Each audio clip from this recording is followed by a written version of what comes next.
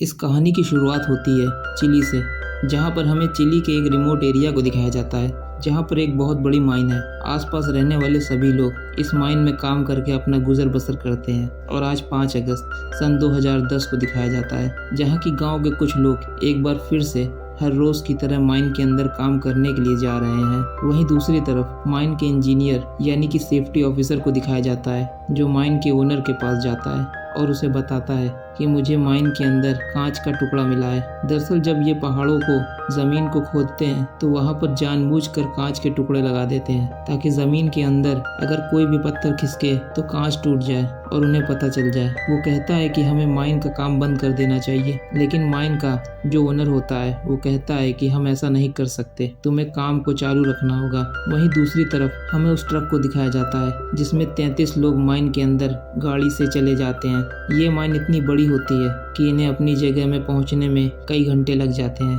और अब ये जमीन से 1700 फीट नीचे हैं। लेकिन कुछ ऐसे भी माइनर्स हैं जो इनसे भी 600 फीट नीचे हैं। पिछले 10 सालों में इन्होंने जमीन को बहुत अंदर तक खोद दिया है। वहीं सेफ्टी ऑफिसर को दिखाया जाता है, जब वो माइन के अंदर आता है तो उसे वहाँ पर कांच के और भी कई सारे टुकड़े मिलते हैं, जिसे देखकर वो डर जाता है। और तभी उसे दीवार पर एक बहुत बड़ी दरार भी दिखती है, लेकिन वो कुछ भी नहीं कर सकता, वो काम नहीं रोक सकता, क्योंकि ऑनर ने ऑर्डर दिए होते हैं कि काम चालू रखना होगा। अब जमीन से 1700 फीट नीचे है, जहाँ पर 33 माइनर्स काम कर रहे होते हैं। तभी अचानक वहाँ पर जमीन हिलना शुरू हो जाती है। सबके सब पूरी तरह से घबरा जाते हैं। सेफ्टी ऑफिसर यहाँ पर आता है और उन सबको गाड़ी में बिठाता है और यहाँ से निकलने की कोशिश करता है, लेकिन तभी आगे चट्टान गिरने की वजह से जिस रास्ते से वह बाहर जा सकते थे वह पूरी तरह से बंद हो जाता है। अब इन्हें कुछ भी समझ नहीं आता कि इन्हें क्या करना चाहिए। तभी ये डिसाइड करते हैं कि इन्हें 600 फीट और नीचे जाना चाहिए, जहाँ पर दूसरे माइनर्स काम कर रहे हैं, क्योंकि वहाँ से भी निकलने का एक रास्ता होता है।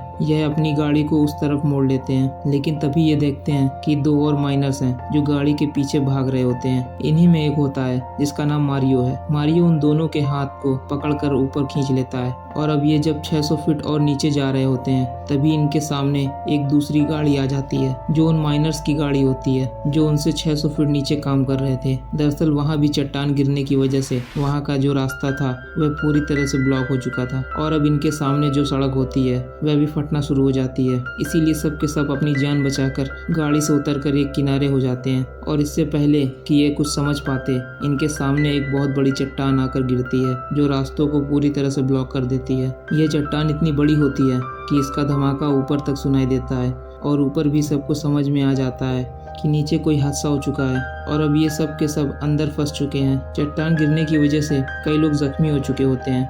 वे अपने साथियों को मरहम पट्टी करना चाहते हैं, लेकिन उनके पास पूरी फैसिलिटी नहीं होती। और तभी जब यहाँ से पूरी तरह से धूल हट जाती है तो मारियो देखता है कि उनके रास्ते पर एक बहुत बड़ी चट्टान आकर गिर चुकी है, जिसे खोदना या उसके दूसरी तरफ जाना पूरी तरह से नामुमकिन है। वहीं हमें माइन के बाहर दिखाया जाता है कि इन सभी माइनर्स की फैमिली माइन के बाहर इकट्ठा हो चुकी है, क्योंकि सबको पता चल चुका होता है कि माइन के अंदर हादसा हुआ है, और माइन के अंदर जो लोग हैं वो वहाँ पर फंस चुके हैं। मीडिया के जरिए न्यूज़ पूरी दुनिया में आग की तरह फैल जाती है। वहीं हमें माइन के अंदर दिखाया जाता है, जहाँ पर सुपरवाइजर जिसका नाम लुइस है वह सभी लोगों को गिनता है, जिसे पता चलता है यह 33 लोग हैं। अब यहाँ पर एक रेफ्यूजी एरिया भी होता है जो इसी तरह के हादसों के लिए बनाया गया होता है, लेकिन वो कहता है कि यहाँ पर सिर्फ 30 लोग जा सकते हैं और हम 33 लोग हैं। अब इनके साथ जो मारियो होता है वो कहता है कि यहाँ पर चिमनियाँ भी बनी हुई है, अगर हम चाहे तो चिमनियों से बाहर जा सकते हैं, क्योंकि वहाँ पर सीढ़ियाँ होंगी।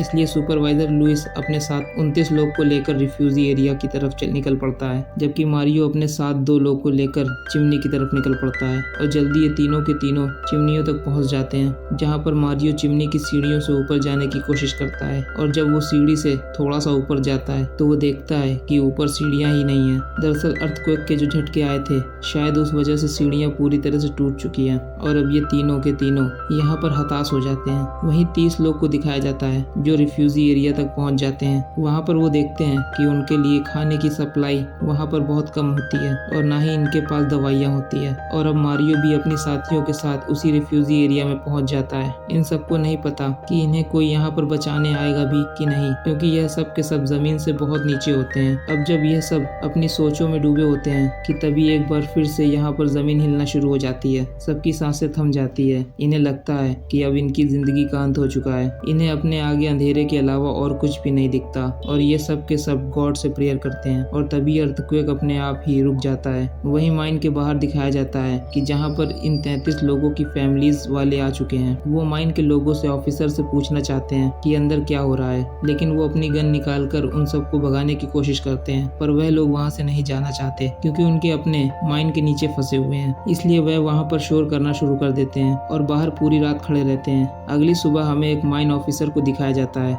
जो चिली के प्रेसिडेंट के पास जाता है और उन्हें बताता है कि माइन के अंदर कई लोग फंस चुके हैं, हमें उनकी मदद करनी चाहिए। प्रेसिडेंट कहता है कि यह काम माइन के ओनर्स का है। दरअसल ये सारी की सारी माइंस प्राइवेट होती हैं, लेकिन माइन ऑफिसर कहता है कि उनके पास इतनी एडवांस मशीनें नहीं हैं जिससे वो लोगों को बचा सके। आपको उनके लिए कुछ करना चाहिए। अगर आप उन सभी लोगों को बचा लेते हैं तो इंटरनेशनली आपका नाम होगा, क्योंकि ये खबर पूरी दुनिया में फैल चुकी है। प्रेसिडेंट को माइन ऑफिसर की यह बात सही लगती है और वह कहता है कि तुम उन्हें बचाने के लिए कुछ भी करो। अगली सुबह दिखाया जाता है कि माइन ऑफिसर उस माइन के बाहर पहुंच जाता है जिस माइन के अंदर 33 लोग फंसे हुए हैं। वहां पर वो उन सभी की फैमिलीज को यकीन दिलाता है कि वो उन सबको बचा लेंगे और अब वो अंदर माइन के ओनर के पास जाता है जो कहता है कि हमें उन 33 लोगों को बचाना होगा। लेकिन माइन का ओनर कहता है कि ऐसा नहीं हो सकता, अंदर बहुत बड़ा हादसा हुआ है, मुझे नहीं लगता कि अंदर कोई भी बचा होगा। और जिस जगह जमीन की जिस गहराई पे वह सब काम कर रहे थे वहां तक पहुंचना पूरी तरह से नामुमकिन है। वैसे भी वहां पर सिर्फ 3 दिनों का खाना है और हमें वहां पहुंचने में कई महीने लग जाएंगे और तब तक अगर हम वहां पहुंच भी गए तो वह सब के सब भूख से मर चुके होंगे। और अब मिनिस्टर ऑफ माइन यानी कि माइन ऑफिसर को भी यकीन हो जाता है कि माइन का जो ओनर कह रहा है वो बिल्कुल सही कह रहा है। वो बाहर जाता है और लाउड स्पीकर पर सबको कहता है कि हम इन ऑपरेशन को शुरू नहीं कर सकते क्योंकि अंदर कोई भी जिंदा नहीं होगा। और तभी एक लेडी जिसका भाई नीचे माइन में फंसा होता है वो इस ऑफिसर को एक जोरदार थप्पड़ मारती है क्योंकि उसे अभी भी यकीन है कि उसका भाई नीचे जिंदा है। और यहाँ पर जितने भी लोग होते हैं वे सब के सब चिल्लाना शुरू कर देते हैं। वो सब इस मिनिस्टर ऑफ माइन से कहते हैं कि हमारे रिश्तेदारों को, हमारे अपनों को बचा लो। माइन ऑफिसर जब उनकी ऐसी हालत देखता है तो तय करता है कि वो उन सब की मदद करेगा और प्रेसिडेंट की मदद से यहाँ पर एक माइन इंजीनियर को बुलाया जाता है जो स्कैन करके माइन ऑफिसर को बताता है कि नीचे रेफ्यूजी एरिया में 33 लोग फंसे हुए हैं। दरअसल एक बहुत बड़ी चट्टान गिरने की वजह से पूरी की पूरी माइन धंस चुकी है और अब हमें उन्हें ड्रिल करके ऊपर निकालना होगा। वहीं माइन के अंदर दिखाया जाता है जो खाने के लिए एक दूसरे से लड़ रहे होते हैं और तभी मारियो कहता है कि हम सबको खाना बचाकर खाना होगा। जब तक कि हमारे लिए यहाँ पर कोई मदद नहीं आ जाती तब तक हमें कम से कम खाना होगा। यह एक दिन में 2 घूंट दूध और 1-2 को खिसकाकर ही अब सरवाइव करना शुरू कर देते हैं। माइन के बाहर बहुत बड़ी ड्रिल मशीन को लाया जाता है ताकि ड्रिल करके उनसे कांटेक्ट किया जा सके। लेकिन यहाँ पर चट्टान इतनी ठोस होती है कि उस पर ड्रिल करने में इंजीनियर को बहुत तकलीफ होती है। उसकी कई ड्रिल्स टूट जाती है लेकिन फिर भी वह दिन रात ड्रिल करता रहता है। माइन ऑफिसर ने यहाँ पर उन लोगों के रिश्तेदारों के लिए जिनके अपने नीचे फंसे हुए हैं कैंप का भी इंतजाम कर दिया होता है क्योंकि इनमें से कोई भी घर वापस नहीं जाना चाहता। वहीं रिफ्यूजी एरिया में उन 33 लोगों को जब ड्रिल की आवाज सुनाई देती है तो वह सब के सब खुश हो जाते हैं। इन सब के अंदर बचने की उम्मीद जाग जाती है। धीरे धीरे वक्त बीतता है और उन्हें आज 12 दिन हो चुके हैं। 12 दिन से लगातार ड्रिल हो रहा है और ड्रिल उस गहराई तक पहुंच जाता है जहाँ पर रिफ्यूजी एरिया है। लेकिन इन 33 लोगों की किस्मत बिल्कुल भी अच्छी नहीं होती क्योंकि ड्रिल मशीन ने जहाँ पर छेद किया होता है वह इस जगह से 12 मीटर दूर होता है जहाँ तक ये नहीं पहुँच सकते। यानी कि इतने दिनों की जो मेहनत थी वह पूरी तरह से बेकार हो गई। साथ ही अब इन 33 लोगों का खाना लगभग पूरी तरह से खत्म हो चुका है। बस अब इनके पास एक और दिन का खाना बचा है। वहीं इंजीनियर भी अपने पूरे हथियार डाल देता है। वो कहता है कि चट्टान बहुत मजबूत है और दोबारा ड्रिल नहीं किया जा सकता। हालांकि माइन मिनिस्टर उसे कन्विंस करने की कोशिश करता है कि तुम्हें मदद करनी चाहिए, उनकी फैमिलीज बाहर हैं, उनकी हमसे बहुत उम्मीदें हैं। लेकिन इंजीनियर उनकी बात का कोई जवाब नहीं देता और वहाँ से चला जाता है। रात को एक बार फिर से इंजीनियर माइन मिनिस्टर के पास आता है और वह कहता है कि हम एक बार फिर से ड्रिल करेंगे। करेंगे और अब ये दूसरी जगह से ड्रिल करना शुरू कर देते हैं। ठोस चट्टान की वजह से इन्हें ड्रिल करने में बहुत मुश्किल आ रही होती है। वहीं माइन के अंदर दिखाया जाता है जो सब के सब पूरी तरह से हताश हो चुके हैं। यह सब के सब अब मौत का इंतजार कर रहे होते हैं क्योंकि इनका खाना कई दिनों पहले खत्म हो चुका है। मारियो जब लेटा होता है तभी उनके ऊपर एक पानी की बूंद गिरती है। दरअसल ऊपर से जो दूसरा ड्रिल किया था वह बिल्कुल सही जगह पर होता है, जिस वजह से ड्रिल यानी कि छेद उस जगह हो जाता है जहाँ पर ये 33 लोग फंसे हुए हैं। और जब ये ड्रिल को यानी कि छेद को देखते हैं तो सब के सब खुश हो जाते हैं और उनके अंदर एक बार फिर से जीने की उम्मीद जाग उठती है। अब ड्रिल का जो सिरा नीचे यानी कि रिफ्यूजी एरिया में आया होता है, ये उस पर जोर जोर से मारना शुरू कर देते हैं। ऊपर जो माइन मिनिस्टर होता है वह उसे सुन लेता है। साथ ही यह ड्रिल के मुंह पर एक नोट भी बना देता है जिसमें मैसेज लिखते हैं कि हम सब यहाँ पर जिंदा हैं। और जब ड्रिल की रॉड को ऊपर खींचा जाता है तो वह नोट सब पढ़कर बहुत खुश हो जाते हैं। इन लोगों के जितने भी रिश्तेदार बाहर होते हैं उन सब की आंखों में आंसू आ जाते हैं क्योंकि यह सब भी उम्मीद खो बैठे थे, लेकिन अब भी इन्हें यकीन है कि इनके अपनों को बचा लिया जाएगा। मीडिया के जरिए यह बात पूरी दुनिया में फैल जाती है और अब अलग अलग कंट्रीज से कई लोग इनकी मदद के लिए यहाँ पर पहुँच जाते हैं। नासा इनके लिए एक खास ट्यूब भेजती है जिस ट्यूब के जरिए इन तक नीचे खाना पानी और जरूरत की चीजें भेजी जाती है। साथ ही इन्हें वीडियो कॉल से कनेक्ट भी किया जाता है जिसे अंदर फंसे सभी लोग अपने अपने लोगों से बाहर बात करते हैं। साथ ही चिली के जो प्रेसिडेंट होते हैं वह भी उन 33 लोगों से बात करते हैं। वह उन्हें यकीन दिलाते हैं कि इस बार जो क्रिसमस आएगा तुम अपनी फैमिलीज वालों के साथ मनाओगे, जिससे सब के सब बहुत खुश हो जाते हैं। अब जो ऊपर इंजीनियर होता है वो इन 33 लोगों को बचाने के लिए 3 अलग अलग प्लान्स बनाता है।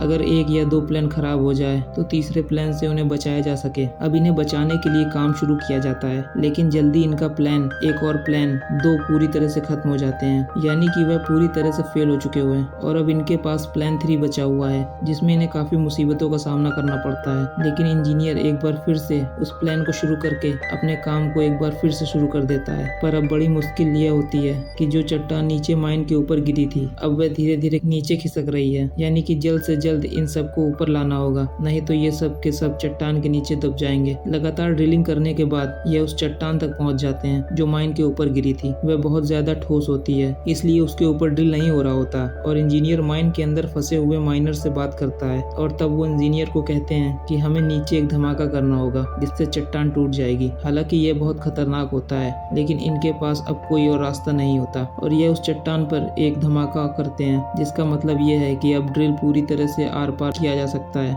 आज इन सबको फंसे हुए यहाँ पूरे 59 दिन यानी कि लगभग 2 महीने हो चुके हैं और 2 महीने के बाद नासा की उस कैप्सूल को भी नासा ने इनको बचाने के लिए भेजा था। उस कैप्सूल को नीचे भेजा जाता है और पहला आदमी उस कैप्सूल में जाने के लिए तैयार हो जाता है। जाने से पहले वह बहुत ज्यादा इमोशनल होता है क्योंकि उसने अपनी जिंदगी के 59 दिन यहाँ पर बिताए थे। उसके साथी अब भी वहाँ पर हैं और उसके बाद उसे कैप्सूल में बिठाकर ऊपर खींचा जाता है। पर तभी अचानक रास्ते में कैप्सूल रुक जाता है जिस वजह से कैप्सूल के अंदर उस माइनर को सांस लेने में बहुत तकलीफ होती है। लेकिन एक बार फिर से कैप्सूल को नीचे करके ऊपर खींचा जाता है जिस वजह से वह आदमी बाहर आ जाता है। एक एक करके अगले 24 घंटों में सभी लोगों को यहाँ से बचाकर निकाल लिया जाता है। इस तरह से इन 33 लोगों को जिन्होंने जीने की उम्मीद पूरी तरह से खो दी थी उन सबको बचा लिया जाता है। मौत का इस तरह से सामना करने के बाद अब इन सबको जिंदगी के मायने असल में पता चलते हैं। इन्हें पता चलता है कि जिंदगी में खाने की क्या वैल्यू होती है, अपने लोगों की क्या वैल्यू होती है और जिंदगी का तोहफा जो हमें मिला है उस तोहफे की क्या वैल्यू है। हमें जिंदगी में हर एक पल को जीना चाहिए ताकि भाग दौड़ की जिंदगी में हमेशा भागते रहना चाहिए। हालांकि ऐसा करने से कुछ लोग अपनी जिंदगी में अचीव तो कर ही लेते हैं लेकिन वो जिंदगी जीना भूल जाते हैं। इस सीन के साथ इस मूवी का सच्ची कहानी का एंड हो जाता है। अगली कहानी आप किस मूवी पर सुनना चाहते हैं मुझे कमेंट्स करके जरूर बताना।